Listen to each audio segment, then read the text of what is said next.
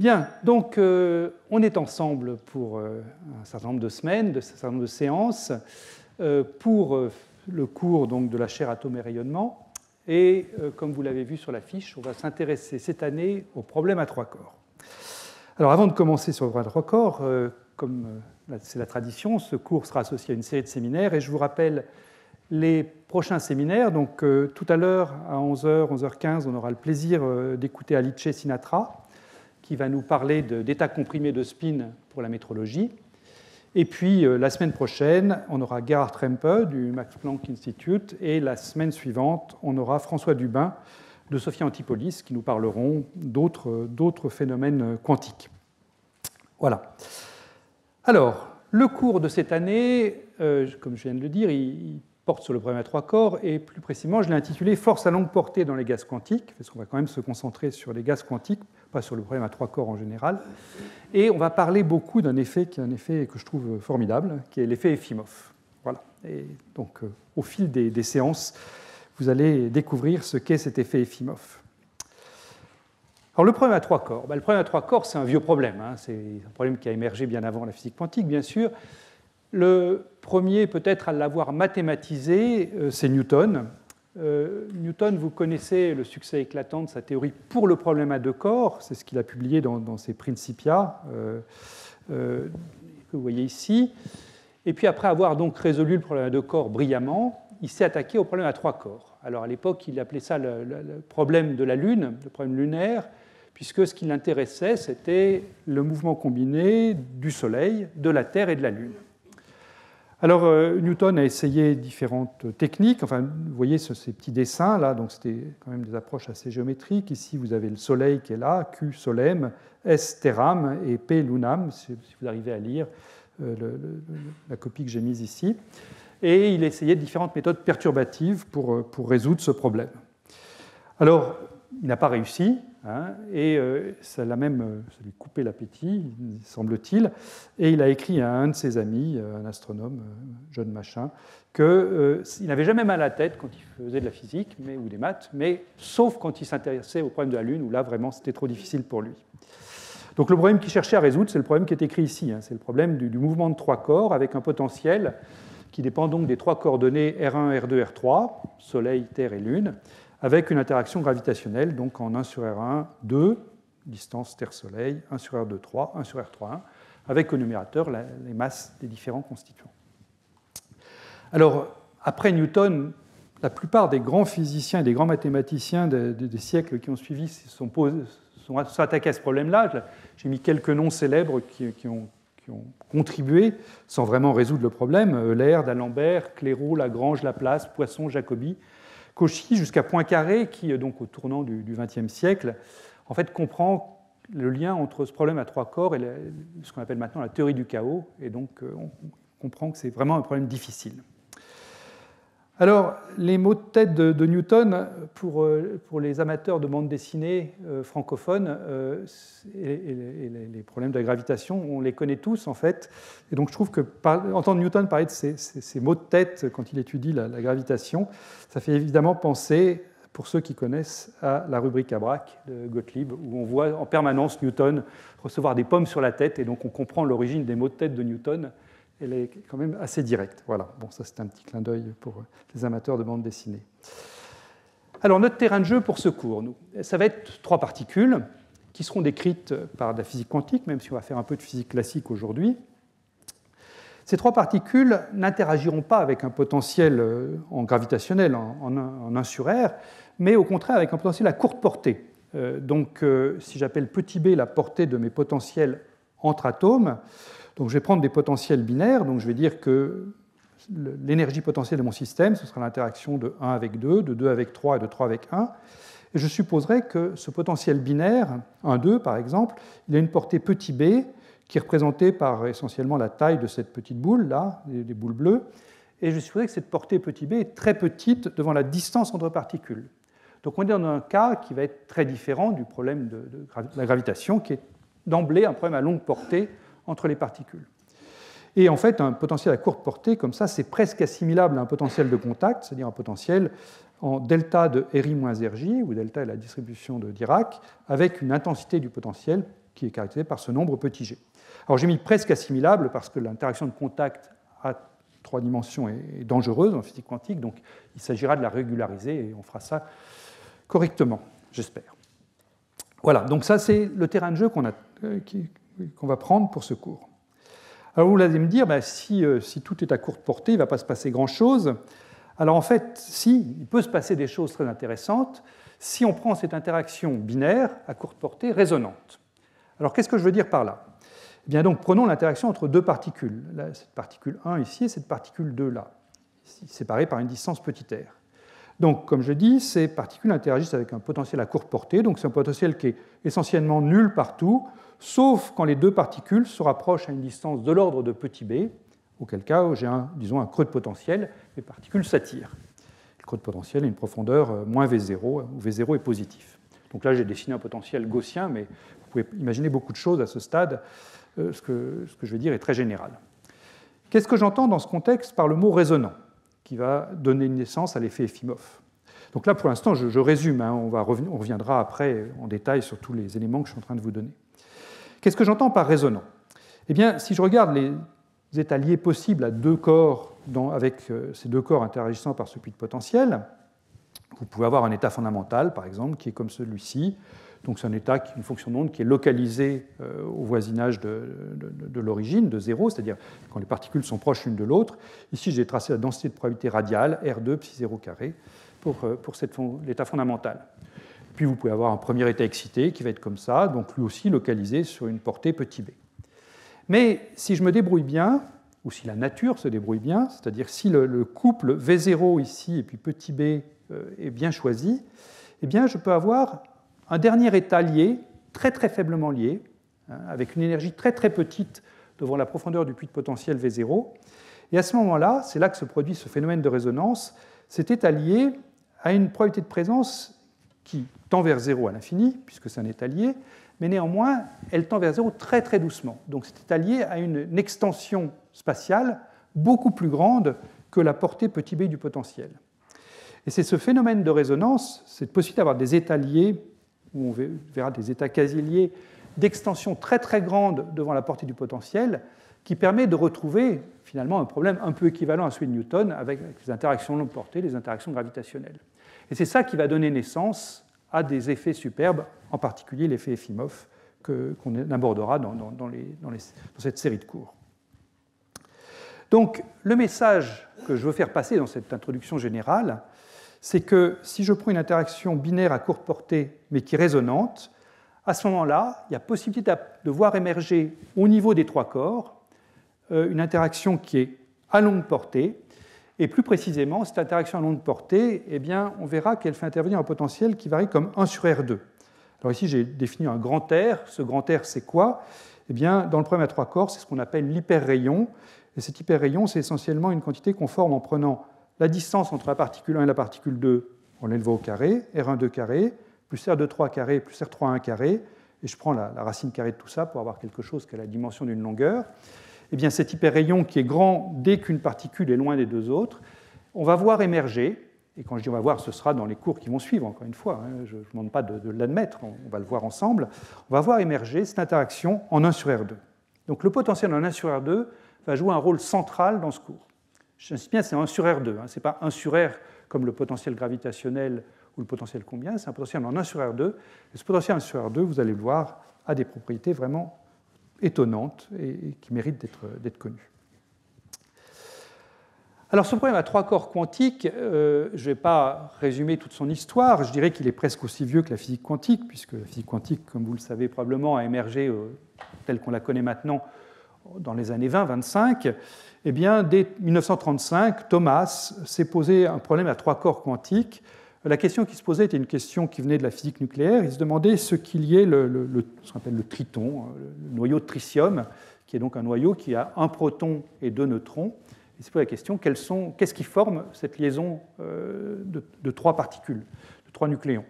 Donc c'est un problème à trois corps et il a une contribution qu'on verra ensemble dans quelques semaines sur ce problème. L'étape clé dans ce problème à trois corps quantiques, c'est Efimov.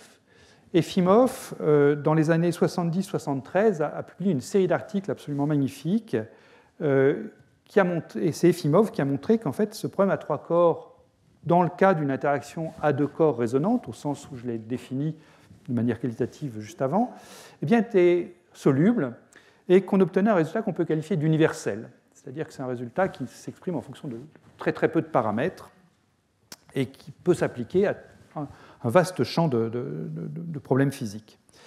Alors Efimov avait en tête lui aussi des problèmes de physique nucléaire. En particulier, il espérait que son résultat s'appliquerait au problème de trois particules alpha en interaction. Alors les particules alpha, je vous rappelle ce que c'est, ce sont des noyaux d'hélium 4. Donc une particule alpha, c'est 2 protons et 2 neutrons. Mais ça, bon, on considère que c'est un objet. Et quand on met trois particules ensemble, eh bien, on peut former un noyau de carbone 12, avec 6 protons et 6 neutrons. Et Efimov espérait expliquer comme ça certains états excités du noyau de carbone 12. Là encore, ça n'a pas marché très bien parce que l'interaction binaire alpha-alpha n'était pas vraiment résonante, en tout cas pas suffisante pour donner naissance à l'effet Efimov tel qu'Efimov l'espérait. Donc le résultat d'Efimov, il était connu, mais il est resté, je dirais, assez confidentiel pendant longtemps. Ici, je me suis amusé à tracer le nombre de citations annuelles d'un des articles d'Efimov, son article de 1970. Donc voilà, c'est la date à laquelle il le publie. Et puis, essentiellement, pendant 25 ans, le nombre de citations annuelles de l'article d'Efimov restera de l'ordre de 2, 3, 5 les bonnes années, mais pas grand-chose, quoi. Et puis, il y a eu deux tournants. Un premier tournant aux alentours de 1995, où là, ça a commencé à croître. Et puis un deuxième tournant aux alentours de 2005-2006, où il y a encore une autre rupture de pente. Alors, ce sont quoi ces tournants? Le premier tournant, ce sont des expériences sur le trimère d'hélium. Alors maintenant, on ne parle pas de physique nucléaire, on parle de physique atomique, on parle de l'atome d'hélium en tant que tel. Et l'interaction binaire atome d'hélium est effectivement résonante.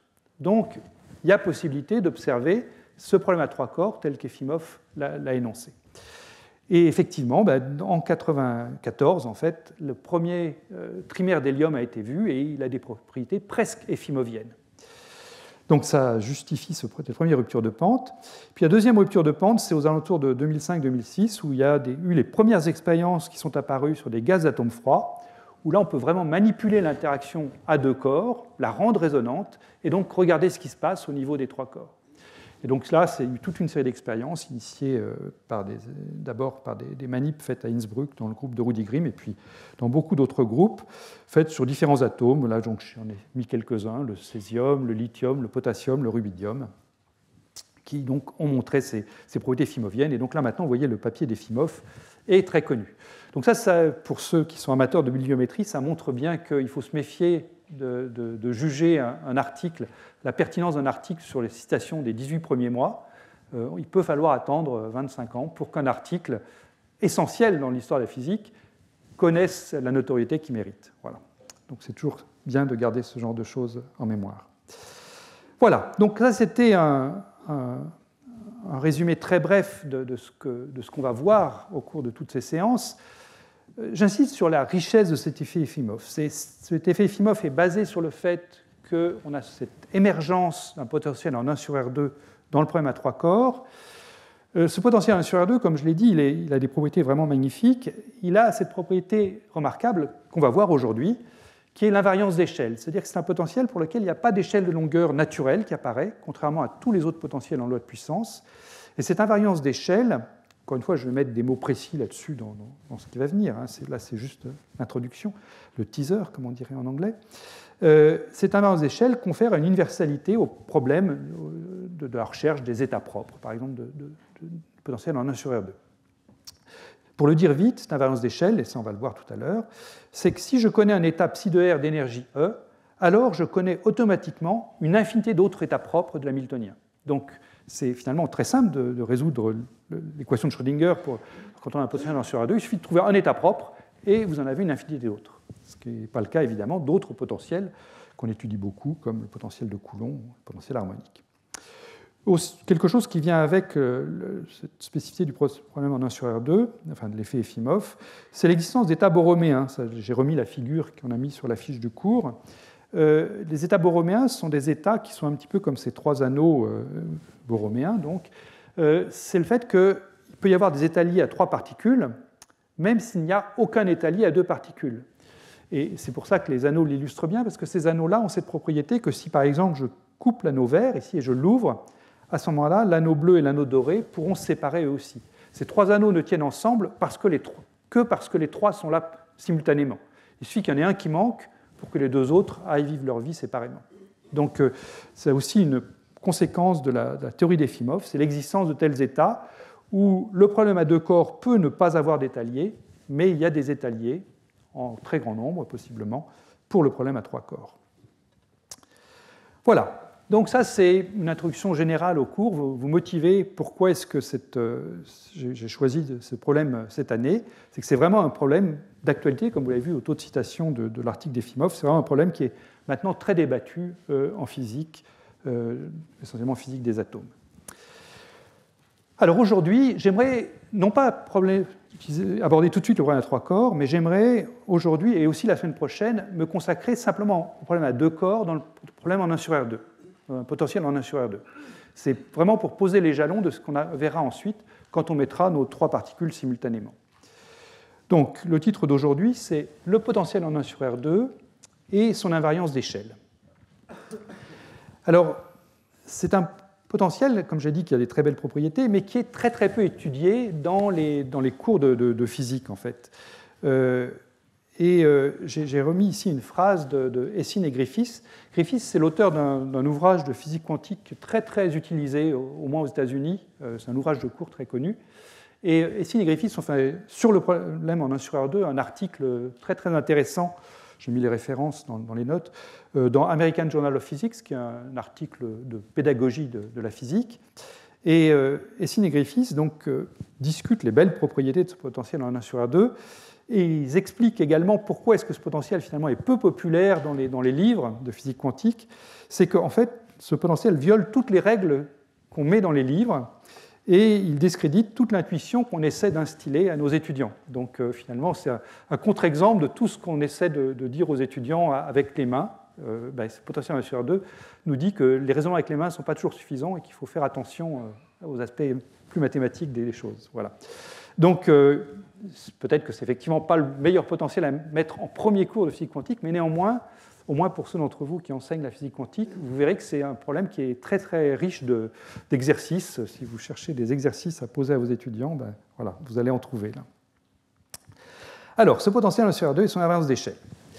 Donc, pour commencer, je ne vais pas prendre le potentiel 1 sur R2, je vais prendre un potentiel général, et je voudrais rappeler les résultats qui sont très généraux, bien connus, sur le problème à deux corps. Donc ça va vraiment être, je pense, pour l'essentiel d'entre vous, un rappel, mais je préfère le faire pour qu'on soit tous sur la même longueur d'onde, si je puis dire. Donc ce problème à deux corps, ce que j'aimerais vous rappeler, c'est comment est-ce qu'on le résout, en séparant ce qu'on appelle variable du centre de masse et variable relative, et puis après, vous expliquer comment on tire parti de symétrie comme l'invariance par rotation, et puis pour finir, j'aimerais dire un mot de l'approximation de Boulay-Cabet. Donc ça, je vais le faire au tableau. Donc le problème à deux corps.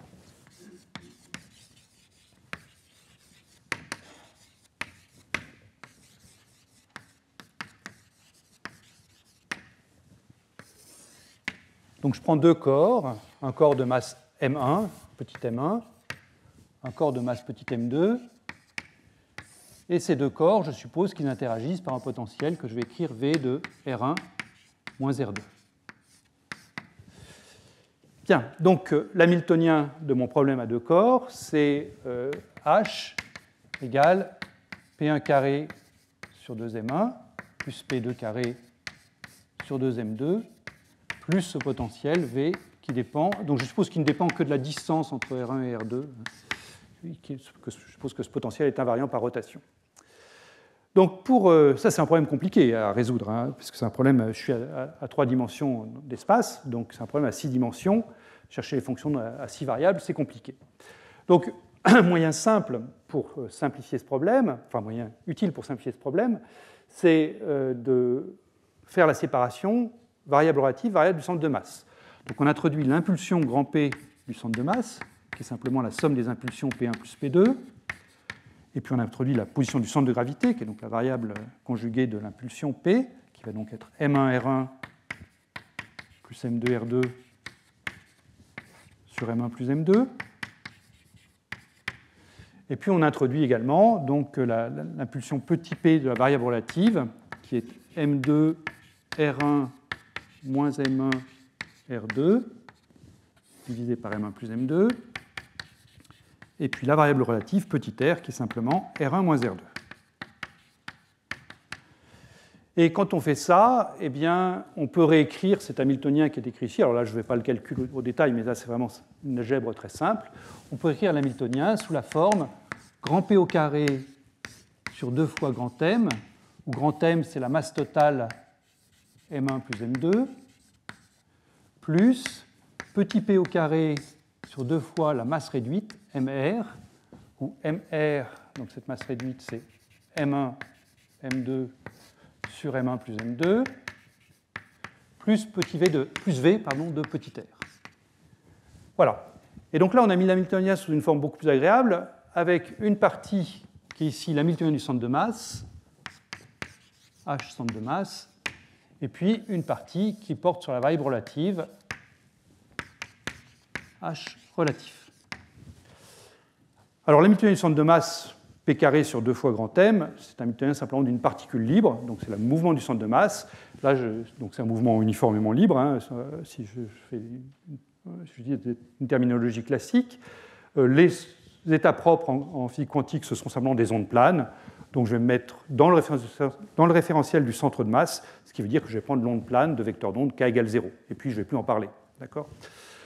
Et donc je vais me concentrer sur cet Hamiltonien pour la variable relative, H relatif. Alors cet Hamiltonien pour la variable relative, je vérifie que j'ai écrit tout ce que je voulais, oui. Cet Hamiltonien H relatif, donc si je le réécris, enfin, vous l'avez ici, c'est petit P carré sur 2 fois MR plus V de R.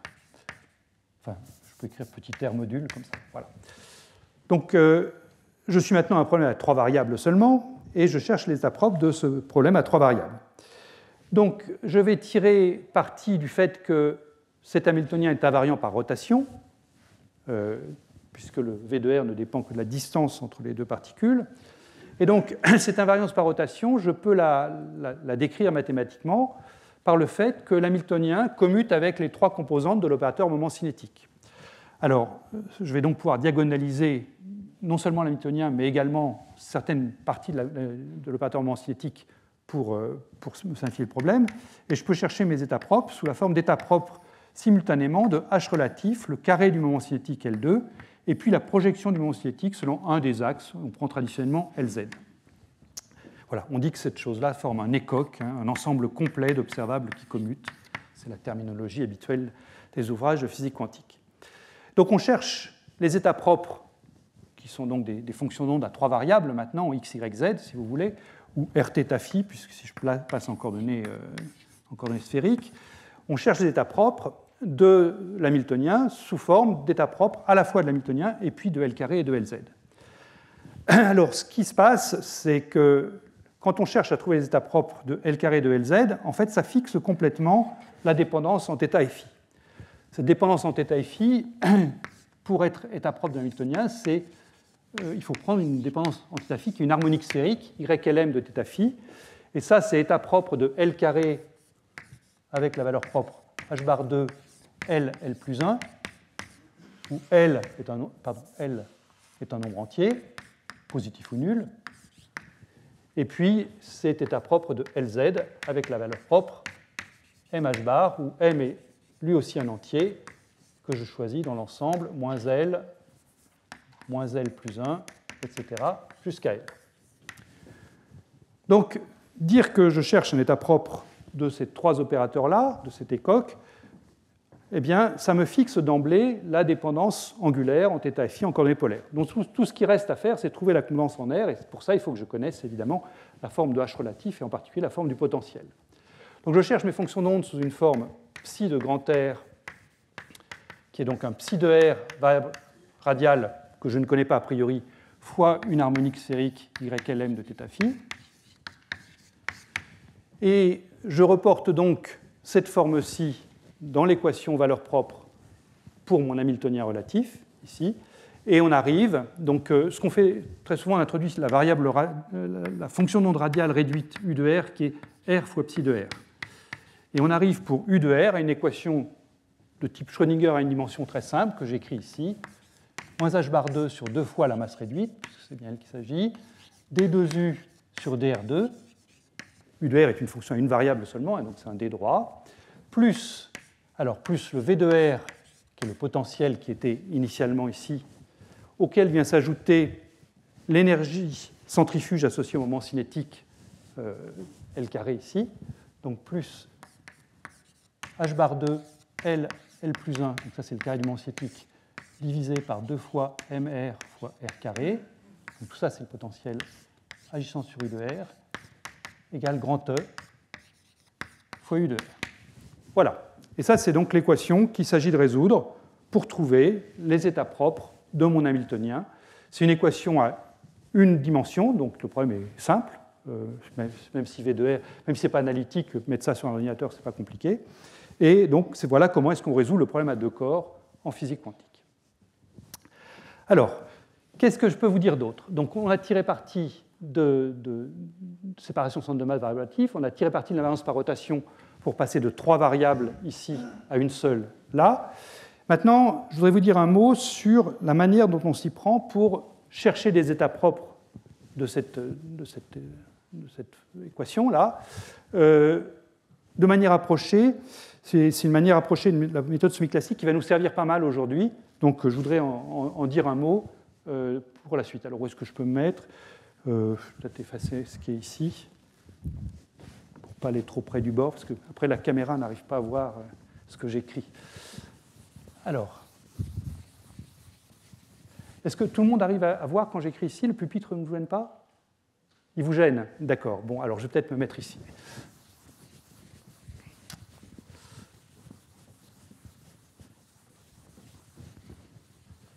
Donc, un mot sur l'approximation semi-classique. Comment est-ce qu'on fait pour résoudre l'équation? Je peux effacer tout ça. Pour résoudre cette équation de manière approchée. Donc, c'est un problème d'équation aux valeurs propres. On cherche les modes propres de cette Hamiltonienne qui est écrit ici. Donc, approximation semi-classique, encore appelée WKB.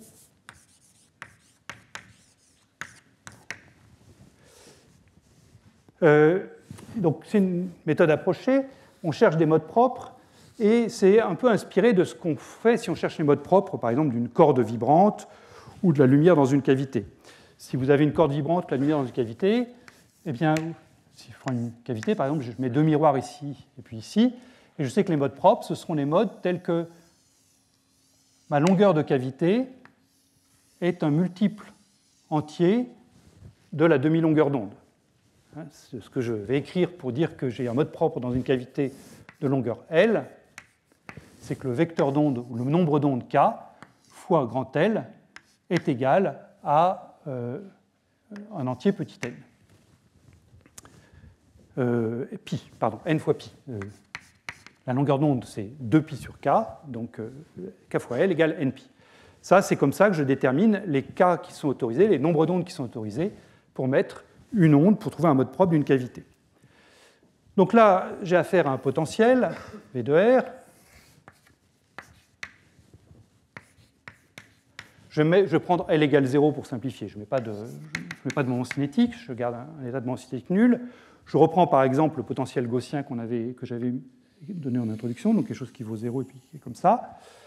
Et puis je cherche les états propres, les états liés, disons, dans ce puits de potentiel. Donc je vais m'inspirer de ça, je vais dire que je voudrais que mon nombre d'ondes soit d'une certaine manière quantifié par une formule qui est comme celle-ci. Évidemment, le nombre d'ondes K, il n'est pas constant. Quand ma particule bouge, l'énergie cinétique n'est pas constante ici. Ce qui est constant, ça va être l'énergie totale. Donc je vais introduire un nombre d'ondes qui dépend de la position en disant que mon énergie cinétique, h bar 2, K carré sur 2 fois, alors c'est la masse réduite pour que je sois précis, plus V de R, est égal à l'énergie que je cherche, c'est-à-dire l'énergie, la valeur propre ici de mon équation. Donc ce nombre d'ondes que j'écris ici, c'est un K de R en fait. Et ce que nous dit l'approximation semi-classique, c'est que ce qui vient remplacer cette chose-là, c'est que l'intégrale de K de R dr doit être égale à n fois pi. L'intégrale étant prise entre quoi et quoi, eh bien, si je prends ici, je vais peut-être mettre de la couleur pour que ce soit plus clair. Si je le mets en rouge, est-ce que le rouge est visible de la salle? Oui, la lumière est suffisante. Donc si ici j'ai un point tournant RA que j'ai mis en 0 parce que j'ai pris L égale 0, ici j'ai un point tournant RB, eh bien ça c'est mon énergie E. Mon intégrale ici va de RA à RB. Ça, c'est la base de la théorie semi-classique que j'avais décrite dans un cours précédent. Donc, vous pouvez vous référer à ce cours si vous voulez avoir les détails, mais là, je vous donne juste le résultat. Ce résultat, c'est que cette théorie semi-classique me dit que le nombre d'ondes K, que je vais écrire indice E associé à l'énergie E, avec son intégrale, quand je prends son intégrale entre les deux points tournants, doit être n fois pi. Alors, comment est-ce qu'on utilise ça en pratique? Je vérifie que je n'ai pas raté de facteur 2 ni quoi que ce soit, hein, mais quand même. Oui, c'est bien ça. N est un entier, donc j'aurais pu le mettre ici. N, c'est un entier qui est strictement positif, donc qui appartient à n étoiles. N égale 0 n'est pas intéressant, évidemment. Comment est-ce qu'on utilise ça en pratique? Eh bien, si je vous donne un potentiel V de R, ce que vous pouvez faire, c'est commencer avec une énergie E très basse, qui est voisine du fond du puits. À ce moment-là, votre intégrale, vous allez devoir la prendre sur un tout petit segment, un segment arbitrairement court. Donc clairement, l'intégrale de K de R dr là-dessus, ce sera quelque chose qui vaudra quasiment 0. Donc ça ne satisfera pas cette condition de quantification. Et puis vous allez monter lentement l'énergie jusqu'à ce que l'intégrale que vous allez prendre soit égale à pi. Alors là, vous direz, hop, coup de chance, j'ai mon premier étalier. Puis après, vous montez, vous trouvez que c'est un petit peu plus grand que pi, et puis, etc. Puis là, vous atteignez 2pi, deuxième étalier.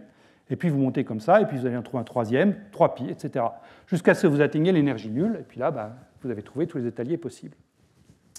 Donc c'est comme ça que fonctionne cette méthode semi-classique pour trouver les étaliers. Alors c'est évidemment approché, hein. Les E qu'on trouve sont approchés, mais ils ne sont pas trop différents pour un potentiel assez régulier, ils ne sont pas trop différents de la réalité. Cette méthode permet aussi de répondre à la dernière question que j'ai mise sur la diapositive, là, qui est leur nombre. Combien est-ce qu'on a d'étaliers dans un puits de potentiel?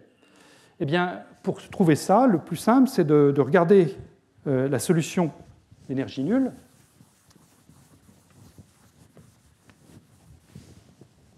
Donc, question, combien d'étaliers?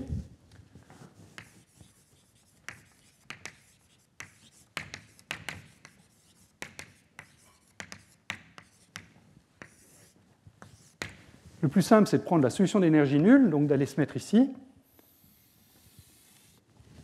Donc je prends E égale 0 là-dedans. Donc j'ai mon h bar 2 K2 de E égale 0 sur 2m égale moins V de R.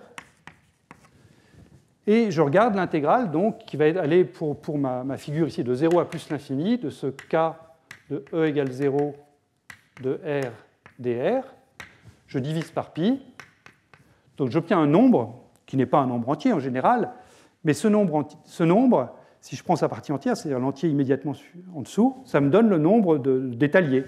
Puisque si par exemple ce nombre ici vaut 3,5, eh bien ça veut dire que j'aurais trouvé, quand je calcule l'intégrale par la méthode que j'ai donnée, j'aurais trouvé 1, j'aurais trouvé 2, j'aurais trouvé 3, et puis quand je suis à E égale 0, je trouve 3,5, ça veut dire que je n'ai pas eu de quatrième étalier, et puis après, je passe dans le continuum. Donc, cette quantité-là, ici, au moins si vous prenez la partie entière, donc E2, enfin, je ne sais pas comment je note la partie entière, int, de ça, égale à peu près le nombre d'étaliers. Et si cette intégrale diverge, eh bien, ça veut dire que vous avez un nombre infini d'étaliers. On va en voir des exemples dans ce qui va suivre. Voilà, donc ça, c'était ce que je voulais faire au tableau pour essayer de resituer le problème à deux corps dans sa généralité du point de vue quantique. Bien, alors, juste pour vous montrer que ça marche pas mal, ça, hein, tout à l'heure, je vous donnais l'exemple de ce puits gaussien. Eh bien, voilà le puits gaussien que j'avais dessiné tout à l'heure.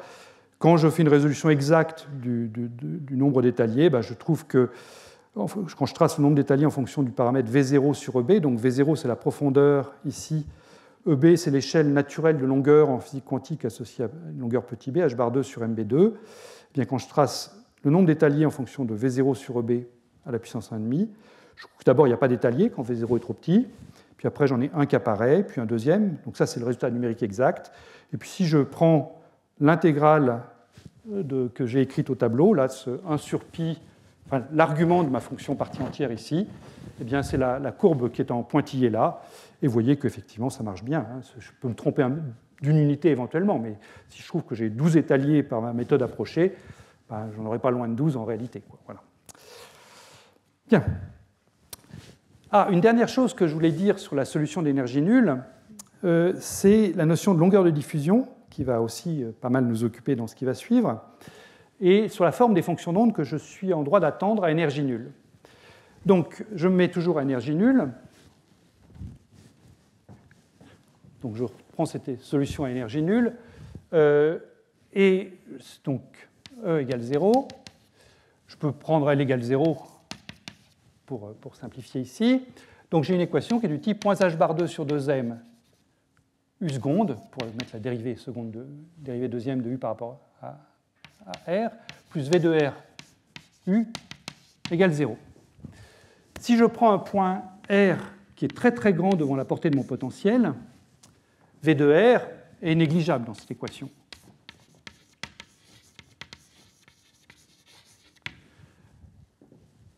Donc, si V de R est négligeable, ça veut dire que l'équation dans la partie R lointain, R grande devant la partie du potentiel, c'est que mon équation est simplement U seconde égale 0. Dérivée deuxième de U égale 0. Si la dérivée deuxième de U égale 0, ça veut dire que U est de la forme, à une constante multiplicative près, R moins A. C'est-à-dire que c'est un polynôme de degré 1. C'est une composante en R et une composante en R puissance 1, en R puissance 0. C'est la seule manière d'avoir une dérivée seconde nulle. Eh bien, cette forme-là, ça permet de définir ce qu'on appelle petit a, qui est la longueur de diffusion, qui jouera un rôle important dans la suite. Ça, c'est pour la fonction U de R, donc ma fonction radiale réduite. Et si vous prenez la fonction psi de R, qui est U de R sur R, elle est du type, donc si je divise ça par R, j'ai une partie en 1 sur R, moins une partie en 1 sur A. Plus des termes correctifs, bien sûr, quand R se rapproche de la portée du potentiel petit b. Voilà, donc ça c'est une forme qui va aussi beaucoup nous être utile dans tout ce qui va suivre. Donc je voulais vous la donner juste maintenant. Alors un exemple encore pour vérifier que ce que je vous dis marche bien, hein, quand on fait des choses plus quantitatives. Donc je reprends encore une fois mon potentiel gaussien. Voilà, je me l'ai pris là tel qu'il y a 3 étaliers, donc qui sont écrits en rouge. Je peux regarder leur fonction d'onde. Ben voilà la fonction de mes 3 étaliers. Enfin, c'est la fonction petit u, la fonction radiale réduite ici. Donc l'étal fondamental n'a pas de nœud ici. Premier étalier, il a un nœud ici. Le deuxième étalier, il a un nœud ici, un nœud là. Et si maintenant je m'intéresse à la fonction d'énergie nulle et que je résous mon équation différentielle qui est écrite au tableau, eh bien voilà ce que je trouve. C'est cette fonction dessinée en bleu là. Et effectivement, dans la partie R grand, c'est-à-dire R grand devant B, j'ai un comportement qui est quasiment linéaire pour cette fonction. C'est le U de R proportionnel à R moins A. Et le point où le nœud qui apparaît ici, donc, c'est pratiquement égal à la longueur de diffusion. Pour trouver la vraie longueur de diffusion, ce qu'il faudrait que je fasse, en fait, c'est que je prenne la forme asymptotique de cette fonction ici, puis que je l'extrapole en 0. Alors je trouverai quelque chose qui ne sera pas exactement le point ici, mais ce point-là est voisin de la longueur de diffusion, au moins pour le dessin que j'ai fait là. Et un résultat qui est remarquable, là aussi on va l'utiliser beaucoup, c'est que finalement, le nombre d'étaliers, comme vous l'avez vu, est un point qui va jouer un rôle important, j'en ai beaucoup parlé. Si je cherche le nombre d'étaliers dans mon puits de potentiel gaussien, là, avec les paramètres V0 et B que j'ai choisis, eh bien, le nombre de nœuds de les solutions d'énergie nulle me donne directement le nombre d'étaliers. Et ça, c'est une conséquence d'un théorème bien connu, qui est le théorème de Sturm-Liouville, qui est que quand je résous ce type d'équation aux valeurs propres, eh bien, je peux classer les fonctions d'onde par leur nombre de nœuds. Donc l'état fondamental n'a pas de nœud, le premier état excité a un nœud, le deuxième état excité en a 2. Et donc quand je prends la solution d'énergie nulle, et si elle a n nœuds, ça veut dire que j'ai n-1 états en dessous, sachant que le premier n'en a pas. Donc, si la fonction de l'énergie nulle a n nœuds, ça veut dire que j'ai n étaliers dans mon puits. Voilà. Donc c'est très commode, ça aussi, pour évaluer le nombre d'étaliers. C'est si vous êtes capable d'avoir la fonction d'énergie nulle, vous comptez simplement combien de fois elle s'annule sur le segment 0 plus l'infini, et vous avez ce nombre d'étaliers. Voilà. Donc ça, c'était toutes les généralités que je pouvais vous donner sur ce problème. Et maintenant, eh bien, on va aborder le problème des potentiels en loi de puissance. Donc on va spécifier un petit peu notre problème, sachant que je veux arriver au potentiel en 1 sur R2. Donc je prends un potentiel en loi de puissance donc en G sur R puissance bêta, où bêta est donc a priori un exposant quelconque à ce stade. Et je vais m'intéresser à des potentiels plutôt attractifs, donc plutôt des G négatifs, même si certaines choses que je vais dire sont valables, quel que soit le signe de G. Alors une première chose, c'est que quand on a un potentiel en loi de puissance, comme ça, eh bien, on a, généralement, presque tout le temps, une échelle de longueur naturelle pour ce potentiel. Ça, ce que je viens de dire, c'est une affirmation qui est valable en physique quantique. En physique classique, si je vous donne un potentiel en 1 sur R puissance bêta, vous n'avez pas d'échelle de longueur. Mais en physique quantique, parce qu'on a h bar, la constante h bar à notre disposition, eh bien, on peut déduire tout de suite une échelle de longueur pour ce type de potentiel. Et un moyen de le comprendre physiquement, c'est de se dire, prenons un paquet d'ondes, donc c'est le paquet d'ondes que j'ai dessiné en rouge ici, dans ce puits de potentiel. Donc j'ai pris un paquet d'ondes centré en R0, et puis je suppose que son extension est aussi de l'ordre de R0. Si je trace la largeur ici, c'est aussi de l'ordre de R0. Et je regarde les énergies caractéristiques associées à ce paquet d'ondes. Donc, comme ce paquet d'ondes est plongé dans un puits de potentiel en G sur R puissance bêta, eh bien, il va avoir une énergie potentielle qui sera en G sur R0 puissance bêta. Donc ici, comme G peut être positif ou négatif, j'ai mis la valeur absolue de l'énergie potentielle, pour être sûr. Donc c'est une quantité positive, là. Et puis, parce qu'on fait de la physique quantique, dire que j'ai un paquet d'ondes d'extension de l'ordre de R0, ça veut dire que j'ai confiné ma particule sur une taille R0, donc je dois payer un prix en énergie cinétique. Si j'ai une incertitude sur la position de l'ordre de R0, j'ai également une incertitude sur l'impulsion, qui est h bar sur R0, et donc une énergie cinétique qui est h bar 2 sur R0 carré, divisé par la masse. Donc j'ai une énergie cinétique associée à ce paquet d'ondes qui est ici. Chose qui n'existerait pas si je faisais de la physique classique, bien sûr. Et donc on peut se poser la question, quand est-ce que ces deux énergies sont comparables? Donc vous devez simplement dire que G sur R0 puissance bêta est du même ordre que h bar 2 sur m R0 carré, ou si vous préférez, que R0 puissance bêta moins 2, je vais passer le R0 de la gauche vers la droite, est de l'ordre de G m sur h bar 2. Ou encore, vous trouvez ce qui est écrit ici, R étoile, de l'ordre, donc mg sur h bar 2 puissance 1 sur bêta moins 2. Tout ça, c'est valable si bêta n'est pas égal à 2. Donc évidemment, le potentiel en 1 sur R2, là, il échappe à ce raisonnement. Mais si bêta n'est pas égal à 2, eh bien, j'ai naturellement, en physique quantique, une échelle de longueur associée à tout potentiel en loi de puissance. Voilà. C'est une première manifestation, ce que vous voyez là, le fait de l'exception bêta égale 2, une première manifestation de son invariance d'échelle. C'est-à-dire que par cet argument simple, je ne suis pas capable de fabriquer une longueur associée à un potentiel en 1 sur R2. Alors que je suis capable de le faire pour le potentiel coulombien, ça me donnera le rayon de bord, ou je suis capable de le faire pour un potentiel en 1 sur R6, si j'ai affaire à des interactions de Van der Waals. Alors, maintenant, essayons d'aller un tout petit peu plus loin. Regardons comment est-ce que je trouve l'état d'énergie minimum dans un potentiel en 1 sur R puissance bêta. Et je vais séparer le cas des exposants faibles, bêta plus petit que 2, et des exposants grands, bêta plus grand que 2. Donc commençons par les exposants faibles, bêta plus petit que 2. En particulier le problème de Coulomb, le problème de l'atome d'hydrogène, l'électron qui bouge dans le champ électrique créé par le proton. J'ai bêta égale 1, et puis j'ai la constante G, c'est moins la charge de l'électron au carré. Enfin, la charge électron-proton au carré. Alors, à quoi ça ressemble les deux énergies que j'ai écrites tout à l'heure, EP et EC? Bien, EP donc, étant moins G sur R0 puissance bêta, toujours, si G est négatif, EC est toujours en 1 sur R0 carré. Et si je trace l'énergie totale, la somme des deux, quand je me mets à grande distance ici, le terme dominant, ce sera le terme en R0 puissance bêta, puisque bêta est plus petit que 2, c'est lui qui est le plus grand.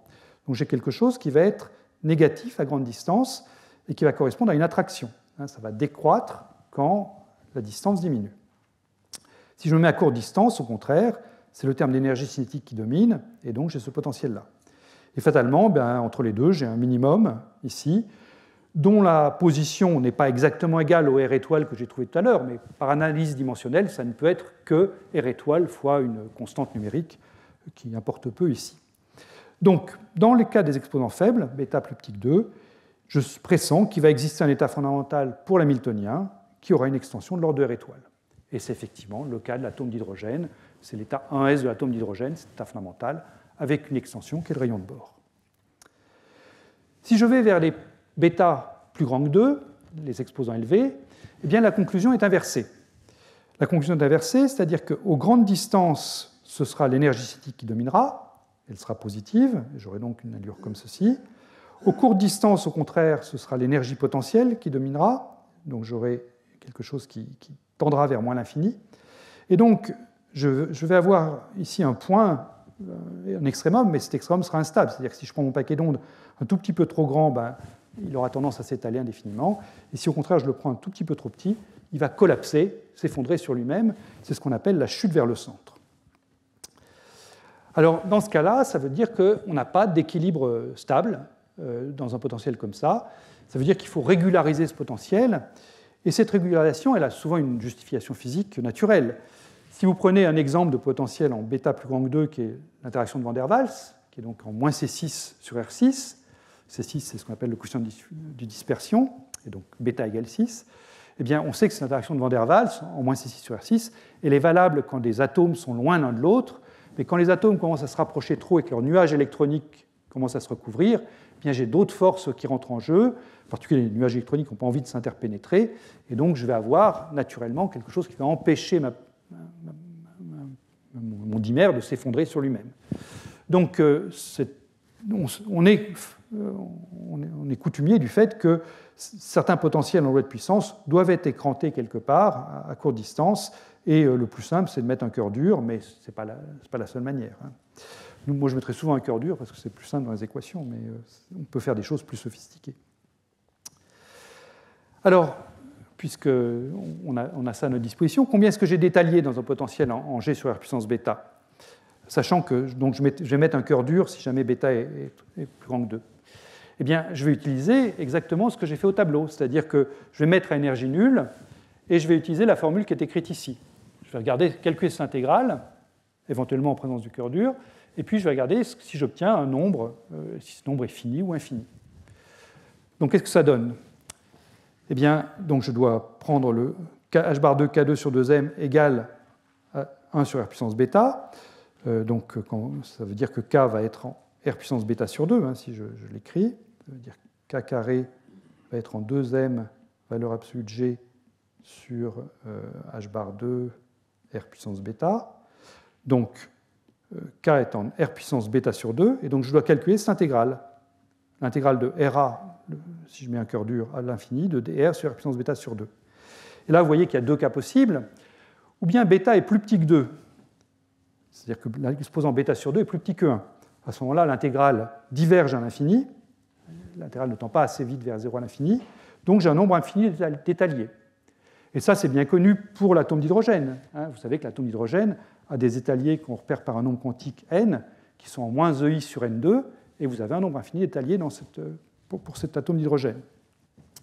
Si au contraire bêta est plus grand que 2, à ce moment-là, mon intégrale converge à l'infini, et j'ai un nombre fini d'étaliers.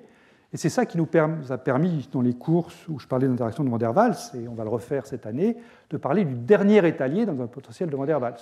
Ça n'aurait pas de sens de parler du dernier étalier dans l'atome d'hydrogène. L'atome d'hydrogène, il y a un nombre infini d'étaliers aussi proche que je vais mettre à la limite de dissociation.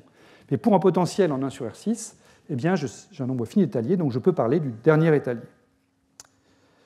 Alors, si je fais un bilan provisoire à ce stade, eh bien, voilà où on en est.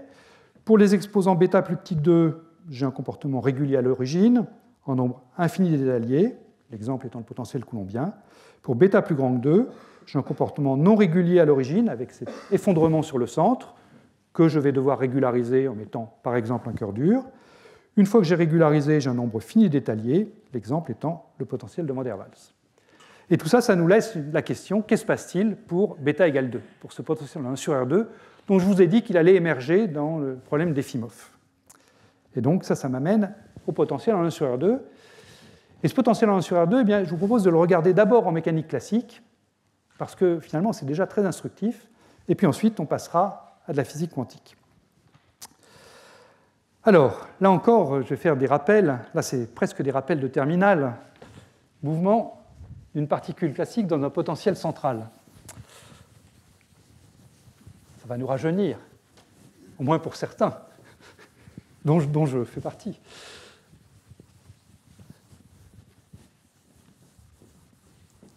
Donc je prends une particule. Pour l'instant, je ne dis pas que j'ai 1 sur R2, je dis que j'ai un V de R, mais ça va devenir un 1 sur R2 très vite. J'ai une particule qui bouge dans le potentiel central, et donc je vais résoudre ce problème en coordonnées polaires, puisque c'est quand même ça qui s'y prête, puisque mon potentiel ne dépend que de la distance à l'origine. Donc la position de ma particule, c'est un vecteur R, que j'écris donc module de R fois le vecteur unitaire UR, qui est le vecteur radial UR. Vous voyez dessiné là-haut. Et ce que je veux écrire, c'est donc l'équation fondamentale de la dynamique, m fois l'accélération, la dérivée seconde de la position, doit être égale à la force, cette force étant égale à moins gradient de mon potentiel V de R. Et si je prends un potentiel en 1 sur R2, ça va donc être moins 2G sur R3, si je prends un potentiel V de R qui est en G sur R2. Alors, il ne faut pas que je me trompe dans les moins. J'ai un premier moins parce que je prends le gradient, et puis un deuxième, donc plus 2G sur R3 fois UR. Bien, alors l'accélération, comment est-ce qu'on la calcule quand on est en coordonnées polaires? Je pense que c'est un calcul que tout le monde a fait dans la salle une fois dans sa vie. R point, ça va donc être la dérivée de R fois le vecteur UR, plus R fois UR point. UR point, c'est simplement θ point, la dérivée de l'angle polaire fois Uθ. Donc cette chose-là, c'est R point fois UR plus R θ point fois Uθ. Et si je dérive une deuxième fois pour avoir l'accélération, R point point, je peux dériver ce R point là, donc j'ai R point point UR. Ensuite, je peux dériver UR, donc je vais avoir un R point dérivé de UR, j'ai déjà écrit là, θ point fois Uθ. Ensuite, je dois dériver le deuxième terme ici, je peux redériver ce R là, qui va me redonner la même chose qu'ici, donc je mets un 2. Ensuite, j'ai plus R fois θ seconde, fois Uθ toujours. Et puis, je peux dériver Uθ, et ça me donne donc un plus R θ point. Et la dérivée de Uθ, c'est moins θ point fois UR. Donc ça va me faire moins R θ point carré fois UR. Voilà. Et si je projette donc mon équation fondamentale de la dynamique sur les vecteurs UR et Uθ, donc sur UR, ce que je vais avoir, c'est que je vais avoir m fois, donc sur UR, j'ai du R seconde ici, puis j'ai du moins R θ point ici. Pardon, il n'y a pas de flèche. R seconde moins R θ point carré ici, égale donc la force, qui est donc moins dV sur dr, qui est parallèle à UR, et sur Uθ, je vais donc obtenir m fois 2 fois R point θ point plus R θ seconde égale 0. Voilà. Alors, la deuxième équation est la plus simple à résoudre, et cette deuxième équation me dit que, en fait, c'est la conservation du moment cinétique, et me dit que la quantité R carré θ point est constante, donc d sur dt de R carré θ point égale constante, et le moment cinétique L, qui est donc R vectoriel P, c'est simplement m fois R2 θ point fois le vecteur UZ qui est perpendiculaire au plan du tableau, ici. Donc c'est cette conservation du moment cinétique d'ailleurs qui permet d'assurer que le mouvement est bien planaire dans un potentiel central. Donc de ça, je peux extraire θ point. Θ point, finalement, c'est L sur mR2. Et puis ensuite, eh bien, l'autre équation,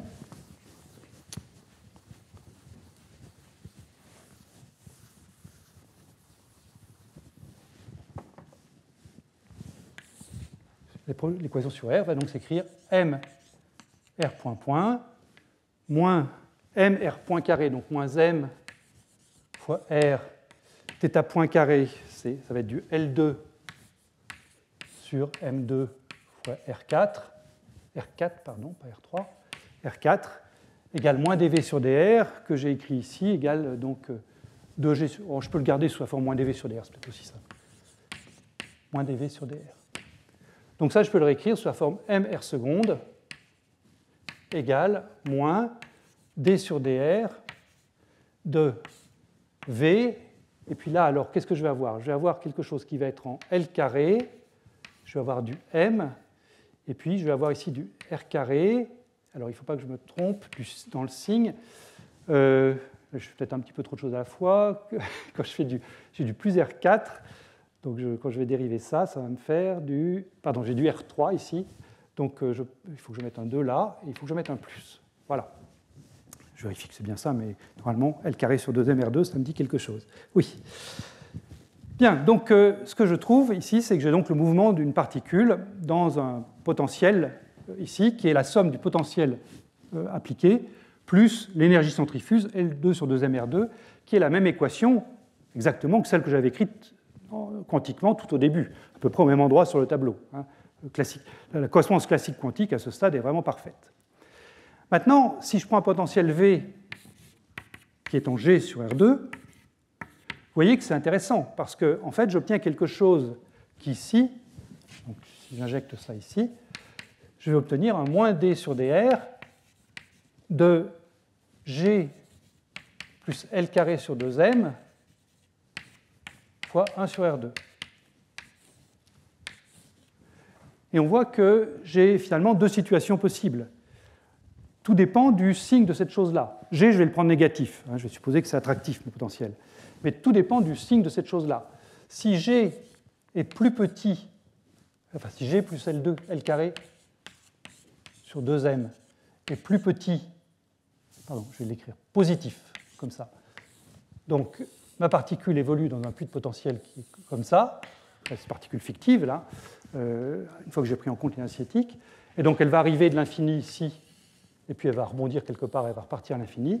Et si au contraire G plus L carré sur 2m est négatif, eh bien, je vais obtenir quelque chose qui sera comme ça, et ma particule, donc arrivant de l'infini, va venir et va tomber sur le centre. Donc, ce qu'on voit classiquement, c'est que quand on cherche à résoudre le problème d'une particule dans un champ, dans un potentiel en 1 sur R2, eh bien, on a une valeur critique du moment cinétique qui apparaît, LC, qui est donc celle pour laquelle cette chose-là s'annule, qui est donc racine de 2m fois la valeur absolue de G. Et selon que le moment cinétique est plus grand ou plus petit que cette valeur critique, eh bien, j'ai ma particule qui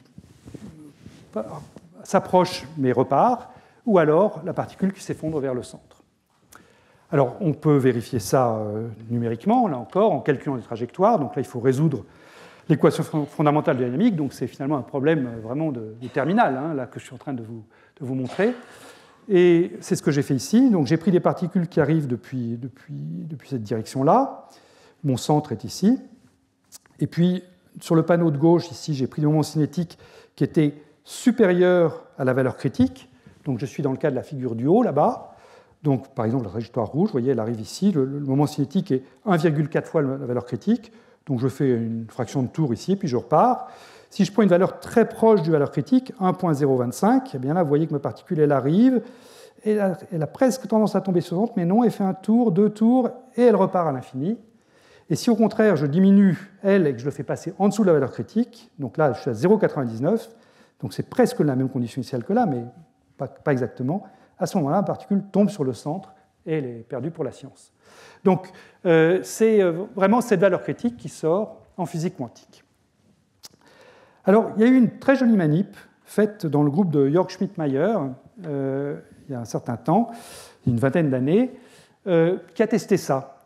C'est une manip faite avec des atomes froids, mais néanmoins, elle est tout à fait descriptible par la physique quantique parce que les longueurs d'onde de De Broglie des atomes en jeu là, sont très courtes devant toutes les autres distances importantes du problème. Donc, ce qu'ils ont fait, c'est qu'ils ont donc réalisé un potentiel en 1 sur R2. Et ça, ce n'est pas évident. Je vous ai dit que Efimov nous en avait fourni un, mais Efimov, ce n'est pas pour aujourd'hui. Comment est-ce qu'on fait pour faire un potentiel en 1 sur R2 dans la nature? Eh bien, une des techniques possibles, c'est celle qui a été utilisée dans cette expérience, c'est de travailler à 2 dimensions, de prendre un fil uniformément chargé, comme ceci, donc une charge linéique lambda, et d'utiliser le fait qu'on a affaire à des atomes neutres polarisables. Donc les atomes sont des atomes de lithium. Le champ électrique généré par ce fil uniformément chargé est un champ électrique radial, qui varie comme 1 sur R, conséquence du théorème de Gauss immédiate. Donc le champ électrique va s'écrire lambda sur 2 pi epsilon 0 R fois un vecteur unitaire UR. Et maintenant, si vous mettez un atome qui est polarisable dans ce champ électrique, eh bien, vous allez avoir un dipôle induit qui sera lui aussi proportionnel, enfin qui sera proportionnel au champ, donc qui sera lui aussi proportionnel à 1 sur R. Et donc l'énergie d'interaction entre le dipôle induit et le champ, d scalaire E, sera en 1 sur R2. Donc voilà comment est-ce qu'on peut faire du 1 sur R2 en vrai dans un laboratoire. Donc on fait effectivement du 1 sur R2, c'est négatif parce que la polarisabilité des atomes est positive, le dipôle est aligné avec le champ électrique, donc l'énergie d'interaction est négative.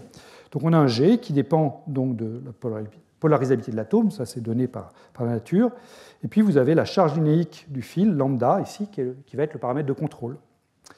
Alors attention, le fil n'est pas infiniment étroit, il a un certain diamètre RW, donc cette chose-là ne s'applique que pour un rayon plus grand que le rayon du fil, bien sûr. Les atomes ne peuvent pas rentrer à l'intérieur du fil. Alors, si le fil est infiniment fin, donc ce que j'ai écrit au tableau s'applique complètement. Donc ce qu'on s'attend, c'est que si le moment cinétique est plus petit qu'une certaine valeur, eh bien l'atome doit aller se coller sur le fil, enfin doit aller faire la chute vers le centre, sinon eh bien, il survit. Donc quand le fil est infiniment fin, dire que L est inférieur à LC, qui est écrit au tableau, le racine de 2mg, ça veut dire que le paramètre d'impact petit b, puisque le moment cinétique c'est m fois v fois b, hein, la quantité de mouvement fois le paramètre d'impact, c'est-à-dire que le paramètre d'impact petit b doit être plus petit que cette valeur, 2 fois la valeur absolue de g sur mv carré. Si vous prenez en compte la taille finie du fil, alors là c'est aussi un joli problème, niveau terminal, hein, enfin bonne terminale, mais niveau terminal, maths sup, allez, première année d'université. Si vous prenez en compte la taille finie du fil, eh bien, cette formule simple ici est un tout petit peu plus compliquée. Vous retrouvez le 2G sur MV2, mais il faut rajouter le rayon du fil au carré ici. En gros, ce qu'il faut dire, c'est que si vous prenez la taille finie du fil, il faut se mettre évidemment dans cette situation-là, mais il faut que le point de rebroussement ici soit à l'extérieur du fil. C'est-à-dire que si ce point de rebroussement est à l'intérieur du fil, ben, l'atome est perdu pour la science, tout comme il l'est dans ce cas-là. Donc, c'est juste écrire ce critère-là. Toujours est-il qu'on a donc un critère très simple, et quand on fait la manip, eh bien, on trouve que ça marche remarquablement bien. C'est-à-dire que ici, vous avez donc un résultat expérimental sur lequel vous avez tracé l'évolution, donc ce qui s'appelle fluorescence, c'est essentiellement le nombre d'atomes dans un piège magnéto-optique qui est centré autour du fil. Je peux le dessiner. Voilà, vous avez un piège magnéto-optique qui est là. Et puis vous regardez le nombre d'atomes dans ce piège magnéto-optique en regardant la fluorescence des atomes. Quand le fil n'est pas chargé, eh bien, le nombre d'atomes décroît, parce qu'il y a quand même des atomes qui vont taper sur le fil, ou alors des atomes qui se font taper dedans par des molécules du gaz résiduel dans l'enceinte à vide. Donc vous avez une décroissance, qui est une décroissance exponentielle. C'est tracé, là vous voyez, c'est des coordonnées semi-logarithmiques. Hein. Là c'est un log ici, et là c'est linéaire. Donc une droite ici correspond à une simple décroissance exponentielle, une décroissance à un corps. Quand donc le fil ici n'est pas chargé, 0 volts. Mais quand vous chargez le fil, à ce moment-là, bien, vous avez cette potentielle en 1 sur R2 qui apparaît, et vous voyez que vous perdez des atomes beaucoup plus vite, et vous pouvez avec ça donc mesurer un taux de perte d'atomes en fonction de la charge que vous avez mise sur le fil. Et c'est ce qui est mis ici, donc vous tracez en fonction de la charge sur le fil le taux de décroissance du piège, essentiellement la pente de cette droite-là, coordonnées semi-logarithmiques. Et l'expérience a été faite pour 3 rayons de fil différents. Et les courbes continues qui sont sous les points expérimentaux sont exactement la modélisation qu'on a faite au tableau. Et vous voyez que ça marche parfaitement. Donc on a un très bel exemple là de potentiel en 1 sur R2. On en verra un autre la semaine prochaine. Voilà. Donc ça, c'est ce qui se passe en physique classique. Il nous reste encore un petit peu de temps pour faire de la mécanique quantique. Alors, on ne va pas en faire beaucoup, hein, rassurez-vous. Je sais que c'est fatigant de suivre tout ça, mais je voudrais quand même mettre quelques jalons pour la physique quantique, et puis on continuera la semaine prochaine. Alors, la première chose que j'aimerais dire en physique quantique, c'est ce que j'annonçais en introduction, c'est cette invariance d'échelle. Et en fait, vous allez voir, c'est tout bête, il n'y a presque rien à dire. Prenez l'équation de Schrödinger, donc associée à un potentiel en 1 sur R2. Donc, vous la connaissez, hein, on l'a écrite maintenant pas mal de fois, pour des potentiels en loi de puissance, moins h bar 2 sur 2n laplacien, plus g sur R2 psi égale psi. Donc ici, je spécifie l'exposant bêta égale 2. Eh bien, c'est quasiment évident, je vous conseille de l'écrire si vous n'en êtes pas convaincu, mais c'est quasiment évident de voir que si je fais un changement de variable dans cette équation-là, si je fais une homothétie, ou une dilatation, si vous voulez, sur les positions, si je remplace R par lambda R, donc si j'introduis une nouvelle fonction phi de R qui est psi de lambda R, où lambda est un réel quelconque, eh bien c'est presque évident de voir que phi de R va être solution de cette même équation avec une énergie différente qui sera simplement lambda 2 fois E. Pour ça, il suffit simplement de remplacer R par lambda R dans cette équation-là. Donc là où vous avez G sur R2, vous aurez G sur lambda 2 R2, et le lambda 2, je le fais passer à droite. Et puis, dans le Laplacien, le Laplacien, ça a aussi une structure de 1 sur R2. C'est D2 sur DR2. Donc, quand vous faites le changement de variable phi de R égale psi de lambda R, vous allez là aussi sortir un 1 sur lambda 2 ici. Et donc, vous avez un 1 sur lambda 2 qui sort ici, un 1 sur lambda 2 qui sort là. Et donc, ces deux 1 sur lambda 2, vous pouvez les sortir de la parenthèse et les passer à droite pour obtenir cette énergie en lambda 2E. Le point essentiel, là, donc le point mathématique, c'est que l'opérateur laplacien, qui est un D2 sur DR2, et le potentiel lui-même en 1 sur R2, ils ont exactement le même comportement dans le champ de variable R donne lambda R, ce qui est presque une trivialité, dit comme ça. Donc ça veut dire que vous avez une fonction d'énergie E, solution, et bien vous avez immédiatement une famille infinie de solutions, puisque vous pouvez multiplier votre énergie par n'importe quel nombre positif, lambda carré. Un résultat vraiment remarquable, qui n'est vrai pour aucun autre potentiel en loi de puissance. Ça ne marche pas pour l'oscillateur harmonique, ça ne marche pas pour le potentiel de Coulomb. Alors cette invariance d'échelle, c'est superbe quand on la voit comme ça, mais en fait elle a des conséquences qui peuvent être dramatiques. Si je suppose que j'ai un état d'énergie négative, donc ce que j'ai écrit ici, je suppose que j'ai un psi ici avec un E psi qui est négatif, donc un état lié, une particule qui est liée dans notre potentiel en 1 sur R2. C'est ce que j'ai dessiné là. J'ai mon axe des énergies ici, l'énergie nulle est là, les énergies positives sont au-dessus, l'énergie négative, c'est mon epsi est là. Eh bien, ce que je vois, c'est qu'en faisant un simple changement d'échelle sur la solution que j'aurai, la fonction propre que j'aurai pour cet état-là, le psi, eh bien, je vais le multiplier par lambda 2, cette énergie, et je vais donc pouvoir générer des états d'énergie qui pourront prendre n'importe quelle valeur négative. Et en particulier, je peux générer des états d'énergie infiniment négative. Et ça ne peut pas exister dans la nature. Parce que si ça existait, ça veut dire qu'en préparant un donné, avec les phénomènes d'émission spontanée, je pourrais avoir une cascade d'énergie vers des états de plus en plus bas et une source d'énergie infinie. Ce serait bien, ça résoudrait beaucoup de problèmes, mais on sait que ça n'existe pas. Donc, ça veut dire quelque part qu'il y a quelque chose qui n'est pas correct ici. Ce qui n'est pas correct, eh bien, c'est cette chute vers le centre. Et plus mathématiquement, c'était ça qui était souligné dans le papier de Essen et Griffiths que je mentionnais tout au début, c'est le caractère non auto-adjoint de l'hamiltonien. Vous savez qu'en physique quantique, on utilise beaucoup des opérateurs hermitiens et des opérateurs auto-adjoints, et très souvent, on mélange les deux. On dit hermitien, auto-adjoint, on échange différemment les deux noms. En fait, là, c'est un exemple où il faut être un peu plus précis. Un opérateur hermitien, c'est un opérateur dont l'adjoint a la même structure mathématique. C'est-à-dire que si l'opérateur hermitien fait intervenir Laplacien, eh bien, l'opérateur adjoint aura le même Laplacien avec le même coefficient. Donc ça, c'est ce qu'on appelle un opérateur hermitien, ou symétrique en maths. Un opérateur auto-adjoint, c'est plus que ça. Un opérateur auto-adjoint, il doit être symétrique, ou hermitien, mais le domaine de fonction sur lequel agit l'opérateur et le domaine de fonction sur lequel agit l'adjoint doivent être les mêmes. Donc, un opérateur auto-adjoint, il faut que les domaines soient les mêmes. Il ne faut pas seulement que la formulation mathématique de l'opérateur soit la même, il faut que les domaines soient les mêmes. Et là, en l'occurrence, eh bien, on est dans le cas où le domaine de l'adjoint n'est pas égal au domaine de l'hamiltonien, et c'est pour ça que je n'ai pas d'état fondamental qui existe pour ce système. Donc, c'est une des choses qu'on dit rapidement à nos élèves dans les cours de physique quantique. Ah, vous avez un opérateur hermitien, donc on sait qu'on a un état fondamental. En fait, il faut être plus précis que ça. Si on a un opérateur auto-adjoint, on sait qu'on a un état fondamental, avec une énergie finie. Mais en revanche, si l'opérateur est seulement hermitien, mais pas auto-adjoint, non, l'existence d'état fondamental n'est pas garantie. Et ça en est un exemple. Voilà, c'est très bien discuté dans l'article de Griffiths et Sin. Ça veut dire que, finalement, pour le potentiel 1 sur R2, on va devoir faire la même chose que ce qu'il faut faire pour 1 sur R6. Il va falloir le régulariser. Et moi, je le régulariserai bien souvent en mettant un cœur dur, simplement, à une position RA. Alors, vous pouvez me dire, ça c'est bien joli, on dit à la diapositive 28 qu'il n'y a pas d'échelle de longueur, qu'on a une invariance d'échelle, et puis à la diapositive 29, on est en train de dire, il faut qu'on introduise une échelle de longueur, quel cœur dur. Donc l'invariance d'échelle, elle n'a pas duré longtemps, elle a duré une diapositive seulement.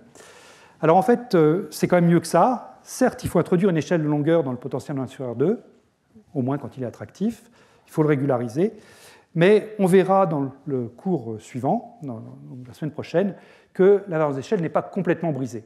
Il en reste une partie, mais elle n'est plus continue, elle est discrète seulement, mais elle reste quand même en partie. Donc on n'a pas tout perdu, l'invariance d'échelle du potentiel 1 sur R2 sera toujours bien là, vous le verrez dans le prochain cours. Une chose que j'aimerais qu'on fasse avant de terminer ce cours, c'est de déterminer le nombre d'étaliers dans ce potentiel 1 sur R2. Puisqu'on a su le faire pour tous les autres potentiels de loi de puissance, combien est-ce que je peux attendre d'étaliers dans le potentiel 1 sur R2 ? Donc pour ça, je vais prendre mon équation de Schrödinger pour... je ne voulais pas rayer ça, je voulais juste pointer. Je vais prendre mon équation de Schrödinger pour la variable réduite, U de R, que vous connaissez bien, c'est donc moins h bar carré sur 2m dérivée seconde de U, plus le potentiel V de R, qui maintenant est en G sur R2, plus l'énergie centrifuge h bar 2 LL plus 1 sur 2m R2, U de R égale E fois U de R. Et là, tout comme je l'ai fait au tableau pour le potentiel 1 sur R2, en mettant en facteur le petit g ici et puis le L carré sur 2m, on peut le faire pareil en physique quantique. J'ai du 1 sur R2 pour le potentiel réel, j'ai du 1 sur R2 pour l'énergie centrifuge, donc je peux regrouper tout ça sous la forme alpha sur R2, où le coefficient alpha, je me suis débarrassé du h bar 2 sur 2m ici aussi, donc le coefficient alpha c'est 2mg sur h bar 2, et puis c'est simplement LL plus 1. Donc je prends l'intensité du potentiel, je la rends sans dimension en multipliant par 2m sur h bar 2, puis j'ajoute un nombre entier qui est ce LL plus 1, qui sort de l'état de moment cinétique que j'ai considéré. J'ai donc une équation de Schrödinger à résoudre, qui est ici. Et ça, je prétends que c'est probablement l'équation de Schrödinger la plus simple qu'on puisse imaginer, surtout quand on se met à énergie nulle. Puisque je vous rappelle que pour trouver le nombre d'étaliers, on se met à énergie nulle et on compte le nombre de nœuds de la fonction d'énergie nulle. Donc il va falloir résoudre cette équation de Schrödinger-là, moins U seconde plus alpha sur R2, U égale 0, et compter son nombre de nœuds. Bien, comme je disais, cette équation-là, cette équation de Schrödinger-là, est probablement la plus simple qu'on puisse avoir à résoudre.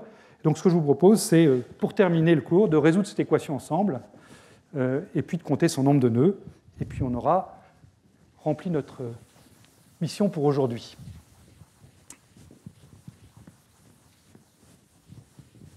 Donc, on prend l'équation dans le potentiel 1 sur R2, on prend E égale 0, et on regarde ce qui se passe.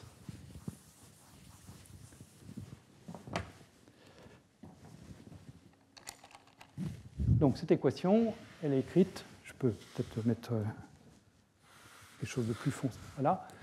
Donc je vous rappelle, U de R, c'est la fonction radiale réduite, et donc je veux résoudre moins U seconde plus alpha sur R2, U égale 0. Je vous rappelle ce que c'est que alpha. Alpha, c'est essentiellement la force du potentiel G, plus éventuellement l'énergie centrifuge, LL plus 1, si je me mets dans un canal de moment cinétique L non nul. Alors pourquoi est-ce que cette équation-là est particulièrement simple à résoudre? Eh bien parce que, encore une fois, l'opération dérivée seconde et l'opération divisée par R2, c'est presque la même chose. Donc je peux chercher des solutions de cette équation simplement sous la forme U de R égale R puissance. Alors je vais mettre un exposant qui va être S plus 1, de telle sorte que mon psi de R, lui, il sera en R puissance S, puisque psi de R, c'est U de R sur R. Et on peut trouver tout de suite les solutions sous cette forme-là, ce qui n'est pas le cas d'habitude de l'équation de Schrödinger, c'est moins simple que ça. Si je prends U de R égale R puissance S plus 1, qu'est-ce que j'ai pour moins U seconde? Eh bien, quand je dérive deux fois, première fois je sors l'exposant S plus 1, je dérive deux fois, je sors l'exposant S, il me reste R puissance S moins 1. Quand je prends le alpha sur R2, U, eh bien j'ai du alpha, et puis j'ai U sur R2, donc R puissance S moins 1. Et ça doit être nul. Donc je peux simplifier par R puissance S moins 1, et je retrouve simplement que l'exposant S, que je ne connais pas a priori, eh bien, il doit satisfaire une équation du second degré, S carré plus S moins alpha égale 0.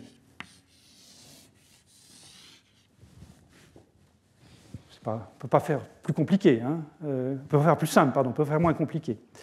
Donc, l'équation du deuxième degré, son discriminant delta, B2 moins 4AC, qu'on apprend tous, ça va donc être 1 plus 4 alpha.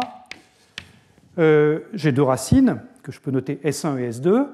C'est normal, l'espace vectoriel de solution est de dimension 2, donc les deux racines, ça correspond à ça.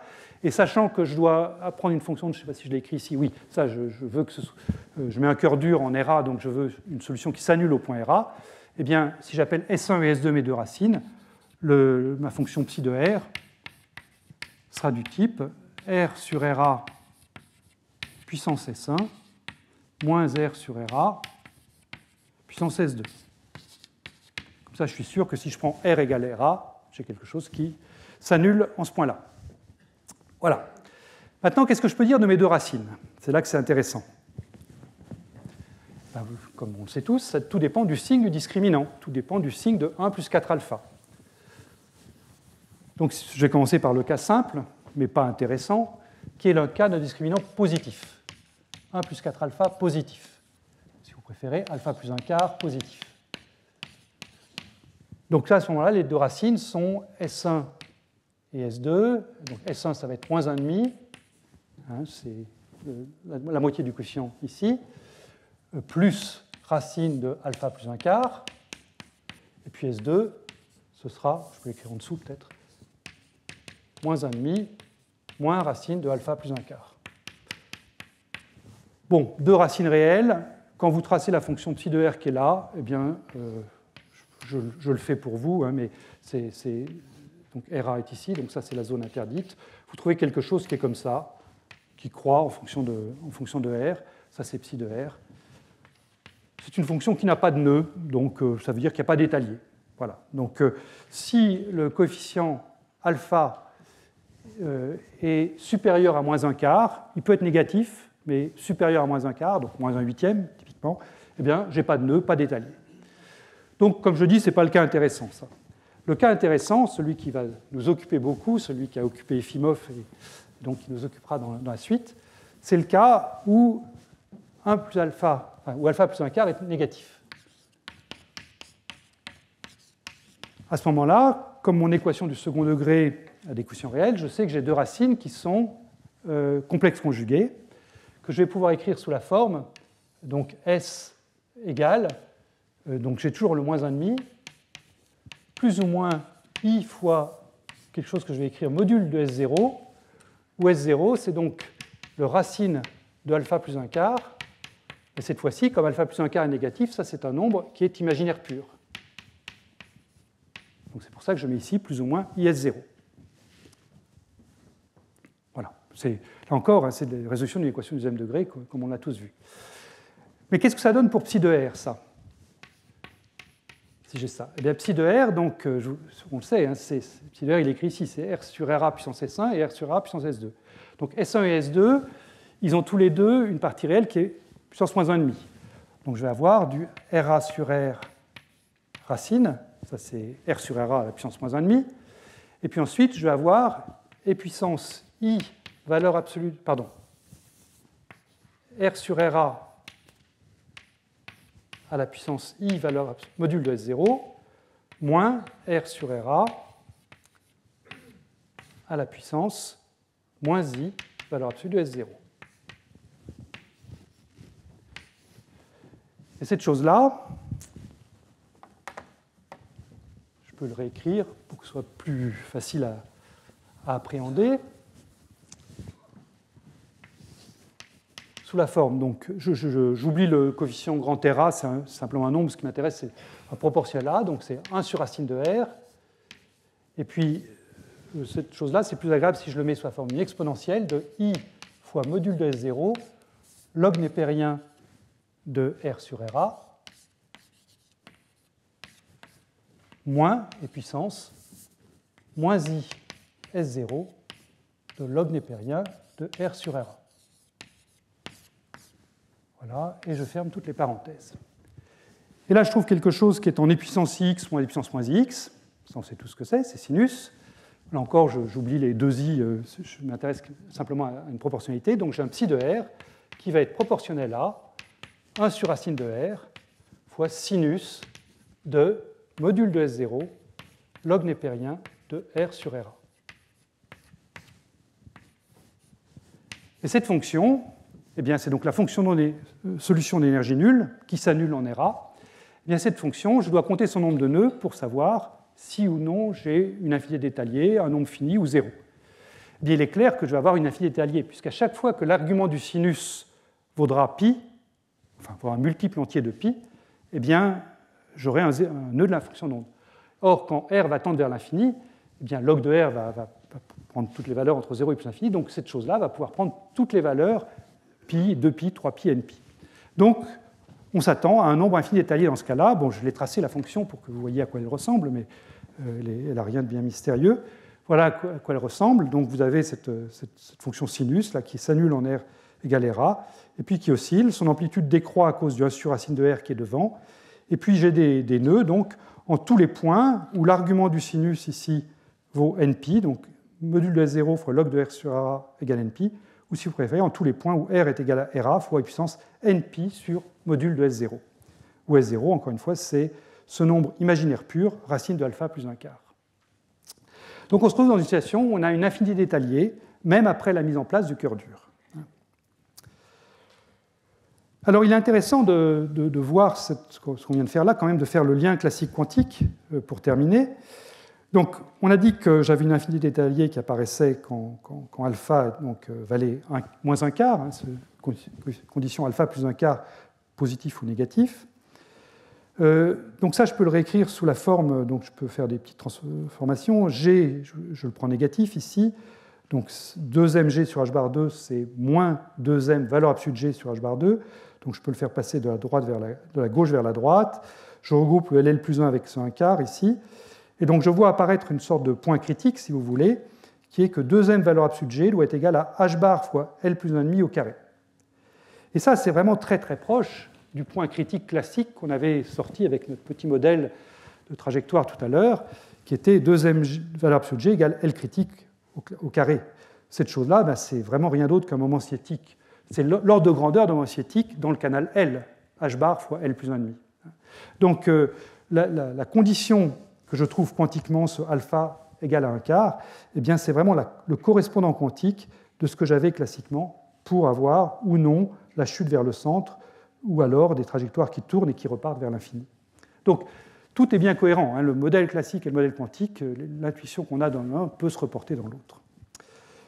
Voilà, donc je termine avec le bilan maintenant, et là, c'est vraiment la dernière diapositive. Bilan pour ces potentiels en R puissance bêta, et ce qui va nous faire toute la richesse de ce potentiel en 1 sur R2. Donc les deux premières lignes, vous avez déjà vues, c'est bêta inférieur à 2, le cas du potentiel coulombien par exemple, qui était régulier à l'origine, mais un nombre d'étaliers infini. Bêta plus grand que 2, qui était non régulier à l'origine, mais qui avait un nombre fini d'étaliers.